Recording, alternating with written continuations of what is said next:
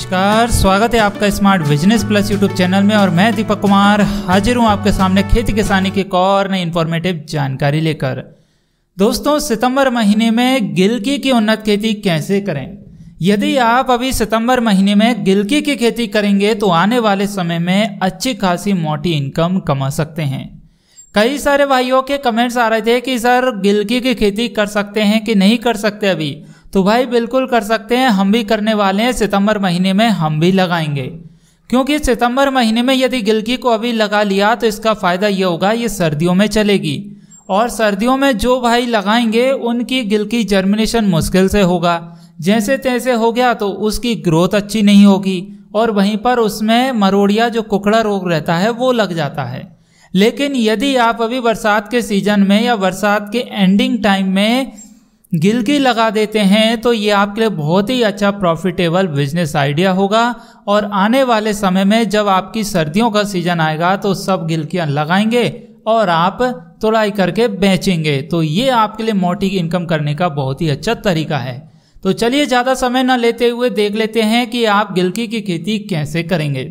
तो दोस्तों, सितंबर महीने में गिलकी की खेती करने के लिए आपके लिए सबसे पहले तो तरीका आना चाहिए किस तरीके से खेती करना है। कुछ लोग टनल में पौध तैयार करके उन्हें जनवरी के अंत में या फरवरी के प्रारंभ में खेत में रोपते हैं, तो वो तरीका भी अच्छा रहता है, लेकिन वो मल्चिंग का तरीका बेस्ट रहता है उस तरीके में। लेकिन हम आपके लिए यहाँ पर दो तरीके बताएंगे। पहला तरीका तो आप डायरेक्ट खेत में सीड को लगाइए। दूसरे तरीके में आप पॉलीथीन सीट से ढक लीजिए या पॉलीथीन जो ट्रे रहती है उसमें बीजों को जर्मिनेशन करवाइए अच्छे से। जैसे ही जर्मिनेशन हो जाए तो खेत में ट्रांसप्लांट कर सकते हैं, लेकिन पौधा छोटा ही हो तभी आपको ट्रांसप्लांट करना चाहिए। इसके बाद में ट्रैक्टर की जो 5 या 7 फीट की क्यारी आती है उसकी डॉली के बगल में आप बीजों को लगाकर बीच में 7 फीट का डिस्टेंस छोड़कर उसमें कोई अन्य फसल लगा सकते हैं, तो खुले खेतों में लगा सकते हैं या फिर आप बेड बनाकर भी लगा सकते हैं। बेड बनाकर लगाएंगे तो उसमें आपको ड्रिप मल्चिंग की आवश्यकता पड़ेगी। तो जिसको जैसी सुविधा लगे उसके अकॉर्डिंग करिएगा। हमारे खेत में जो आप देख रहे हैं ये तो हम डायरेक्ट क्यारियों में लगा रहे हैं। लगभग 5 फीट का गैप रखा है और बीच में हम एक्स्ट्रा फसल भी ले लेते हैं समय समय पर। तो बात करते हैं कि गिलकी की खेती करने के लिए मिट्टी कैसी होना चाहिए। तो किसान भाइयों, यह हमारी एक नकदी फसल है और बाजार में इसकी कीमतें बहुत ज़्यादा न गिरने से किसानों को इसकी खेती से कोई नुकसान नहीं होता। लगभग अभी 2.5-3 साल हो गया और गिलकी ने काफ़ी अच्छा मार्केट पकड़ा हुआ है। आज की डेट में भी 40-45 रुपये पर केजी मंडी में किसान भाई सेल कर रहे हैं और 60-70 रुपये पर केजी ओपन मार्केट में गिलकी बिक रही है। तो जिन किसान भाइयों की चल रही उनके लिए तो बड़े ही आनंद आ रहे हैं। और हम बता दें कि हमारी भी गर्मियों की गिलकी अभी भी चल रही है। जो हमने फरवरी महीने में गिलकी लगाई थी वो अभी भी हमारी खेतों में चल रही है और वाकई में बहुत ही अच्छा प्रॉफिट हमारे लिए मिल रहा है। तो मिट्टी की बात करें तो मिट्टी के लिए आपके लिए बलुई मिट्टी या फिर दोमट मिट्टी, बलुई दोमट मिट्टी या चिकनी मिट्टी, उसमें आप आराम से लगा सकते हैं। खेत का चुनाव आपके लिए ऐसा करना है जिसमें जल निकास की उचित व्यवस्था होनी चाहिए। यदि खेत में जल भराव रहेगा तो उपज कम हो जाएगी, हो सकता है कि आपकी फसल गल भी जाए शुरुआती स्टेज में।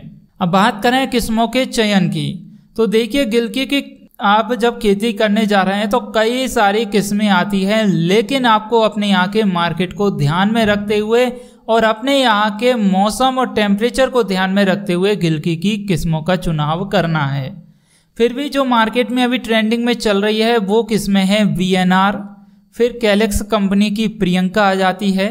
ये 2 किस्मों ने तो बहुत ही ज़बरदस्त मार्केट में अपनी पकड़ बना के रखी है। इसके बाद में एक नामधारी आती है जो हर पत्ते हर बेल के साथ में चलती है, तो इसमें भी काफ़ी अच्छा प्रोडक्शन है। लेकिन नामधारी की गिलकी छोटी लगती है जिस वजह से बहुत कम लोग इसका चुनाव करते हैं। जहां पर लंबी गिलकी की ज़्यादा सेलिंग होती है वहां पर इसकी रिक्वायरमेंट नहीं होती, और जहां पर छोटी गिलकी की डिमांड रहती है वहां पर नामधारी 101% बेस्ट बैठती है। और जहां पर लंबी गिलकी बिकती है, पतली और लंबी गिलकी, तो वहां पर प्रियंका और VNR गिलकी बेस्ट बैठती है। इसके अलावा भी बहुत सारी किस्में हैं। हम यदि बैठने नाम बताने या गिनाने बैठेंगे तो आपके लिए 2-5 मिनट तो ऐसे ही हो जाएगा, निकल जाएगा। तो हमने आपके लिए बता दिया कि आपने अपने यहाँ के जो कृषि विभाग है वहाँ से देख लीजिए, या फिर अपने मार्केट में देख लीजिए, अपने यहाँ के बड़े जो बाजार हैं वहाँ की बड़ी दुकानों पर देख लीजिए, तो वहाँ पर अच्छे से अच्छा गारंटी वाला बीज आपके लिए मिल जाएगा हाइब्रिड का। ठीक है, इसके बाद में बात करें हम बीज रोपण की, तो देखिए हमने तरीका आपको पहले ही बता दिया था। आप दो तरीके से कर सकते हैं। पहला तरीका तो आप पॉलीथीन में या फिर प्लास्टिक ट्रे में, जो सीडलिंग ट्रे आती है पॉली ट्रे, उसमें लगा सकते हैं, या फिर डायरेक्ट खेत में भी लगा सकते हैं। तो यदि आप ट्रे में लगा रहे हैं तो आपके लिए 75% मिट्टी, 25% सड़ी हुई गोबर की पची हुई खाद मिलाकर मिट्टी तैयार कर लेनी है, और हो सके तो 5-10% रेत भी डाल दीजिए उसमें। तो फिर ऐसा करें 60% मिट्टी, 20% गोबर की खाद और 20% बालू रेत, सैंड जो बोलते हैं रिवर सैंड, वो आप मिलाइए मिक्सचर में और उसको पॉली ट्रे में भर के उसमें सीडलिंग करिए। तो बहुत ही जल्दी आपको जर्मिनेशन देखने को मिलेगा और अच्छे से हमारा बीजों का जमाव हो जाएगा। और यदि डायरेक्ट खेतों में लगा रहे हैं तो आप 2-2 फीट पर, मतलब 2 फीट पर आपके लिए थावले बना लेने हैं और उन थावले में एक एक बीजों को रख देना है, लगा देना है। ठीक है ना। और बीज की दूरी तो आप अपनी ज़रूरत के अनुसार रखते हैं, रख सकते हैं 4 फीट, 5 फीट, 6 फीट या 7 फीट, 10 फीट, जो भी आपके लिए रखना है। यदि आपको एक साथ 2 फसलें लेनी है, जैसे मल्टी लेयरिंग फार्मिंग करनी है, तो कम से कम 7 फीट का गैप तो बीच में होना चाहिए। और यदि आप बीच में कोई फसल नहीं ले रहे हैं तो 5 फीट से ज़्यादा गैप बीच का नहीं रखना है। ठीक है, इस तरीके से आपको लगाना है। बात करें सिंचाई की, गिलकी के पौधों को सिंचाई की जरूरत बीजों के अंकुरित होने और पौधों पर फल बनने के दौरान अधिक होती है। इस दौरान पौधों की 3 या 4 दिन के अंतराल में हल्की हल्की सिंचाई करते रहना चाहिए। बात करें इसमें खाद की, तो 100 किलोग्राम NPK आखिरी जुताई में मिलाने पर गोबर की खाद डालने के बाद किसी खाद की जरूरत नहीं होती और फसल विकास के समय बहुत ही कम हल्का यूरिया आप नाइट्रोजन के रूप में दे सकते हैं। अब नैनो यूरिया भी चलने लगा है और कई सारे जैविक उत्पाद भी मार्केट में आ गए हैं। और ज़्यादातर हम तो यहाँ पर जैविक खेती करते हैं, किसी तरह का कोई केमिकल खाद नहीं डालते, रासायनिक खाद नहीं डालते, गोबर की खाद डाल देते हैं। इसके बाद में फिर कोई हाई पावर या किसी की ज़रूरत पड़ती है तो घर पर ही बनाकर हम डाल देते हैं। और कई तरीके के हाई पावर कीटनाशक जैविक खाद बनाना हमने सिखाया है चैनल पर। यदि आपने वह वीडियो नहीं देखी है तो चैनल पर जाकर देखिए, आपको बहुत ही ज़्यादा सुविधा होगी। तो आप इस तरीके से करिए। इसके बाद में क्या है कि जब आपकी बेल, जो पौधा है वो बेल छोड़ दे या बेल निकलने लगे, तब उसमें आप तार बांस गाड़ना चालू कर दीजिए। तार बांस से मतलब है कि आपको तार खींचना पड़ेगा, बीच में कम से कम 2 तार तो आपको आड़े खींचना पड़ेगा। और तार को खड़ा करने के लिए, होल्ड करने के लिए आप बांस ले सकते हैं, बम्बू के लकड़े ले सकते हैं और किसी लकड़ी के गेड़ा या खम्भे ले सकते हैं। मार्केट से लोहे के खम्भे ला सकते हैं या सीमेंट के खम्भे ला सकते हैं। लेकिन आपके लिए बता दें कि मार्केट से यदि लोहे के या फिर सीमेंट के खम्भे लाओगे तो इसमें कॉस्ट बहुत ज़्यादा आ जाती है। जैसे तैसे आप खेत में गाड़ तो दोगे, लेकिन फिर निकालने में बहुत ज़्यादा परेशानी आएगी। तो इससे अच्छा है कि आप लकड़ी के खम्भों का इस्तेमाल करें। जैसा कि आप वीडियो में देख रहे हैं, हम लकड़ी के पतले पतले खम्भों के इस्तेमाल ले रहे हैं। तो बहुत सारे झाड़ या पेड़ रहते हैं जो हम सब्जियों के इस्तेमाल में लेते हैं, तो उन्हीं से हमारे लिए मिल जाती है, सुविधा अनुसार हो जाता है। या फिर आप झाड़ भी गाड़ सकते हैं। तो इससे आप बेलों को ऊपर लटका देंगे तो उसमें फ़ायदा ये होगा कि पहली बात तो आपको फल की उपज ज़्यादा बढ़ जाएगी, दूसरी बात फल आपका टेढ़ा आड़ा नहीं होगा, तीसरी बात आपकी तोड़ाई में सुविधा हो जाएगी, और चौथी बात इसमें यह है सबसे अच्छी कि बीच में आपको चलने फिरने में सुविधा होगी और नुकसान नहीं होगा, फल गलेगा नहीं, सड़ेगा नहीं। तो इस तरीके से ये विधि आपके लिए बहुत ही सुटेबल बैठेगी और इसमें फ़ायदा बहुत अच्छा मिलेगा आपके लिए। जितनी लागत लगाओगे उससे कई गुना फ़ायदा आपके लिए मिल जाता है।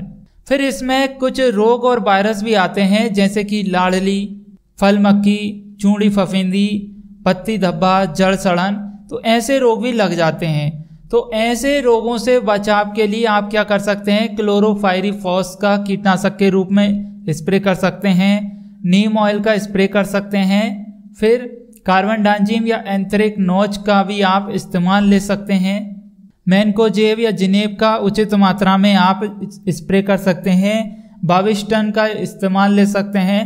तो ज़रूरत के अनुसार जैसी आपको समस्या चल रही है उसके अनुसार आपके लिए इसमें स्प्रे करना पड़ेगा।